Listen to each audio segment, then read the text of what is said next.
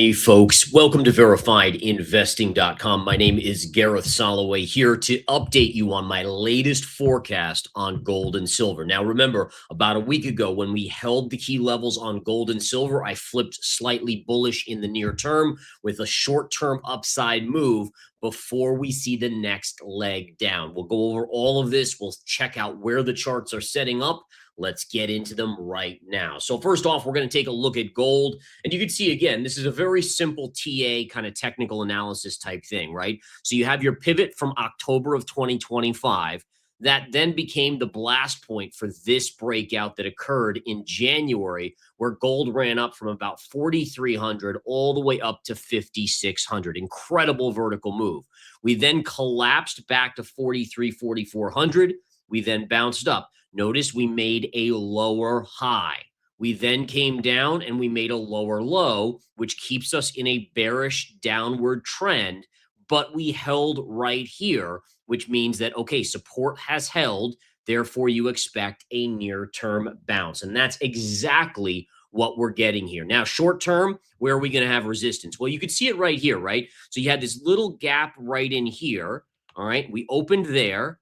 We then came down, we wicked below or tailed below, but we never closed below. We then hit it right there. And then once we broke, what does that mean? It means short term, there's going to be a level at 46.50 as resistance. So again, just letting the charts tell us what is going on and what is the most likely outcome. Now, as I always say, most likely doesn't mean guaranteed.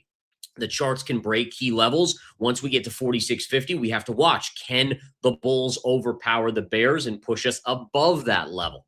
We'll watch and see. Okay, so again, now what we're witnessing here is essentially the weak hands being kind of whipped out. Now, what do I mean by that? Well, at a certain point in January, when gold really started to rip above that 4,300 level, we saw investors piling in, not because they were being careful and they wanted to be secure, because the stock market was still making basically all-time highs, but more so because they looked at it as an easy get-rich-quick opportunity. Just like silver, right? Silver went parabolic. People weren't jumping in because they were like, oh, we have to be careful here. We have to kind of take our money from stocks, take our money out and dollars and put it into the metals.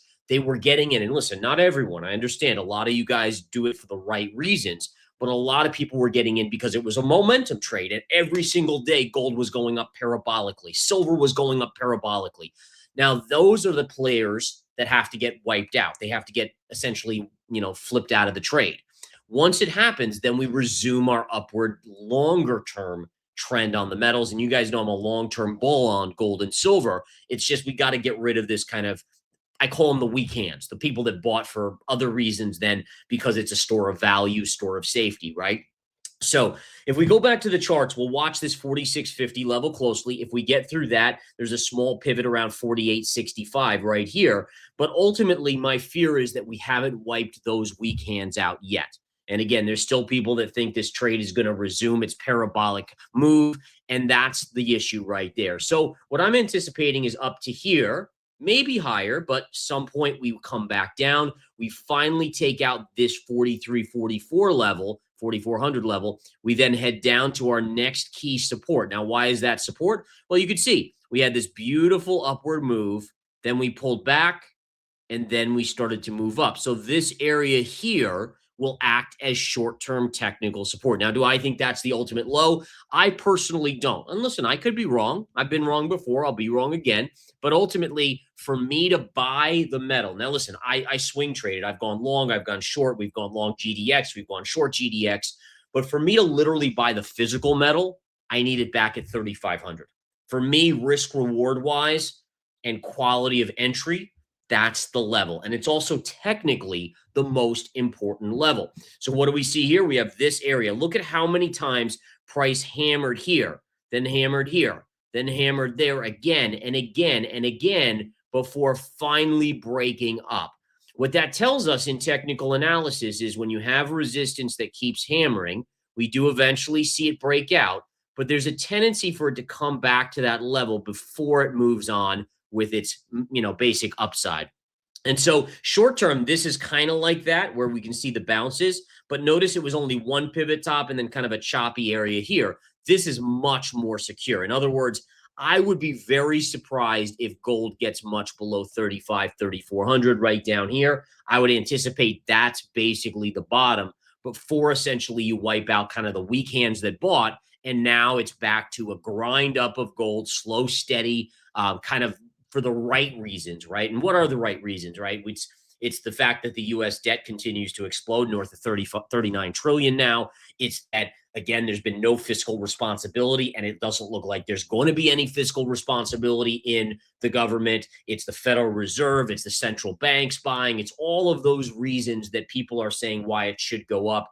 Now, those are the right reasons. You just have to get rid of the weak hands. And it's just weird how markets work. And by the way, in my early career, I was the weak hands. I was the one buying at the highs and thinking it was a momentum trade. So I've been there. And I'm sure almost all of us watching have been there at one type in our trading or at one time in our trading career.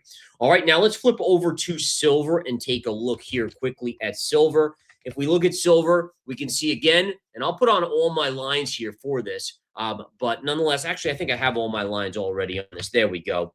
So we have our lines here already, so we don't have to recreate them in this video. But you could see the same thing. Once we got down to this low and we held and we got this little bottoming, it's kind of like a pseudo bottoming tail. It's not a true bottoming tail, but it is a reversal signal. Now we're starting to trend up. And I still think silver in the near term goes higher, right? So I'm thinking silver goes at least back here. But notice this would still be a high, lower high, lower high, lower high.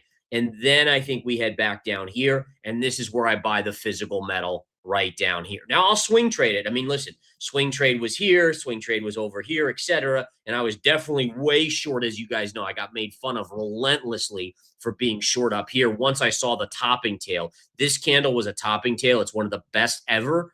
And that was the signal where it's like, okay, now short the heck out of this thing. And wow, what a gain that was when it did come back to earth and collapse back down. But in any case, the point is near-term bullish. I remain near-term bullish until at least we get up to about $82 per ounce on silver. Then I would expect that bigger rollover to the downside, and we can watch from there and see how it goes. All right. So again, that's what I'm looking at on the charts of silver. Quickly going to palladium. I know you guys love your palladium and platinum. Let's take a look. Palladium and platinum, this is actually a really good support down here. It didn't touch my level, so I didn't buy any as a swing trade. As of now, it's only a swing trade. But again, if it now comes back down, I may look for it to go a little bit lower. I would be more inclined. I'll show you. I mean, this is more of a hidden trend line, but this line right here around 12.15, high pivot here, and then also see this little high right in here before we came up. And this is really important, guys. So look at this. So see how we got here. We kind of stalled. We then got above, but then retested, bounced, then broke below, retested, pulled back, and then look, boom, boom, and then up it goes. So it's actually what I would call a hidden trend line. And also look at this. It extends all the way back here. So this now becomes my buyable level where this is where I buy physical palladium. The only problem is the premiums are a little bit ridiculous on palladium, but nonetheless, that's the very, very good level there. And then platinum, lastly, guys, I know a lot of you guys love your platinum. This is my buy level down here. Pivot high, pivot high. We get down to about 1690 or so. That's my major level. Notice how the price keeps hitting this area and we're getting a bounce, probably near term, a little bit more upside, and then it should roll over. All right, so that's my metals update, guys. Again, near term bullish on the metals for a continued bounce here over the next, let's say 1, 2, maybe 3 weeks. Then watch out. We should see another big rollover and a move lower in the charts. You guys have a great rest of your day. Thank you so much for supporting me. The kind words mean the world to me. Even the disagreements and telling me I'm crazy or a clown, it means something to me because I can use you as a contrarian indicator that has made me more money than probably any other indicator out there. I thank you. I thank everyone. Have a great rest of your day. Take care.